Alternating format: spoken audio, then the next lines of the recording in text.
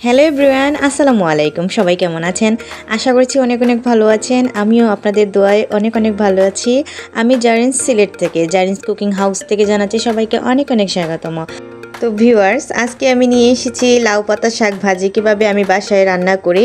এখানে কয়েকটা শিম আমি নিয়েছি, আলু নিয়েছি, তারপর লাউ পাতা শাকটা ভালো করে পরিষ্কার করে কেটে নিয়েছি।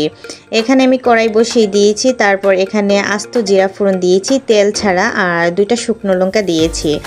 আর তেল ছাড়া আমি এখানে কেন দিয়েছি, এই টিপসটা হচ্ছে একটু জিরার যে ঘ্রাণটা সেটা বের হওয়ার জন্য। দিয়ে দিলাম এখানে পরিমাণ মতো সয়াবিন তেল।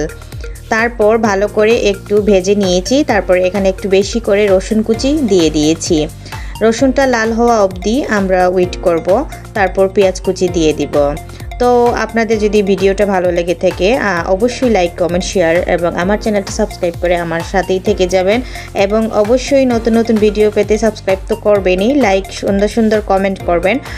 তো আমার উৎসাহ বেড়ে যায় আপনাদের কমেন্টে। দিয়ে দিলাম কাঁচা মরিচ কুচি। আমার এখানে কাঁচা মরিচগুলো একটু পেকে গিয়েছে, তো সমস্যা নাই, আপনারা ওইরকম দিতে পারেন। দিয়ে দিলাম লবণ 1 চামচ। তারপর ভালো করে লাল লাল করে নিব, যাতে এমন লাল লাল হবে যাতে পুড়ে না যায়, কিন্তু শাকটা কিন্তু খেতে ভালো লাগবে না। তো ভালো করে লাল লাল করে নিয়েছি। এবারে আমি শিম আর আলুটা দিয়ে দিব আগে। আর আমি এখানে মোটেও ঢাকনাটা ইউজ করব না, ঢাকনা ইউজ করলে কিন্তু কালারটা নষ্ট হয়ে যাবে। তো আমি ভালো করে এরপর ভালো করে নাড়া দিতেছি।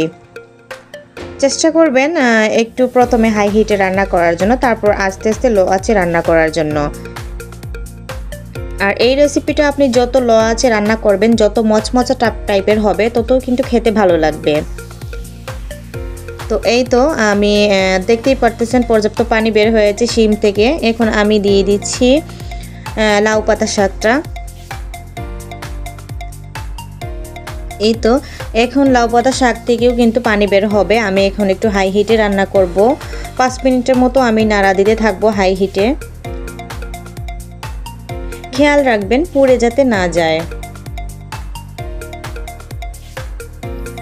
এই লাউ পাতা ভাজিটা খেতে অসম্ভব মজা। আর যত পরিমাণ আপনি লো আঁচে রান্না করবেন, ততই কিন্তু মচমচা টাইপের হবে, আর খেতে কিন্তু দারুণ লাগবে।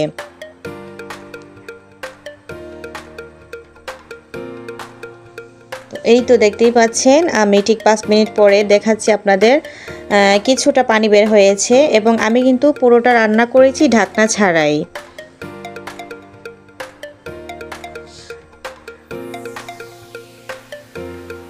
এই তো দেখুন কতটুকু মচমচা টাইপের হয়েছে এবং কতটুকু লোভনীয় হয়েছে। এই শাকটা আপনারা ভাতের সাথে খেয়ে দেখতে পারেন, অসম্ভব মজা লাগে। আর শীতের দিন মানেই সবজি, শাক, এগুলা আমার শাকটা কিন্তু খুব ভালো লাগে খেতে, এবং শীতের দিনের সবজিগুলো আমার খুব ফেভারিট। তো এই তো অনেক মশমশা আকারে হয়ে গিয়েছে আজকের এই শাকের রেসিপিটা। অবশ্যই ভালো লাগলে আপনারা লাইক, কমেন্ট, শেয়ার করবেন, সাবস্ক্রাইব করে আমার পাশে থেকে যাবেন। এই হচ্ছে আমার পারফেক্ট আজকের লাউ শাক ভাজা। নতুন ভিডিও নিয়ে অবশ্যই হাজির হব। সেই অবধি সবাই ভালো থাকবেন, সুস্থ থাকবেন। থ্যাংকস ফর ওয়াচিং অ্যান্ড আসসালামু আলাইকুম।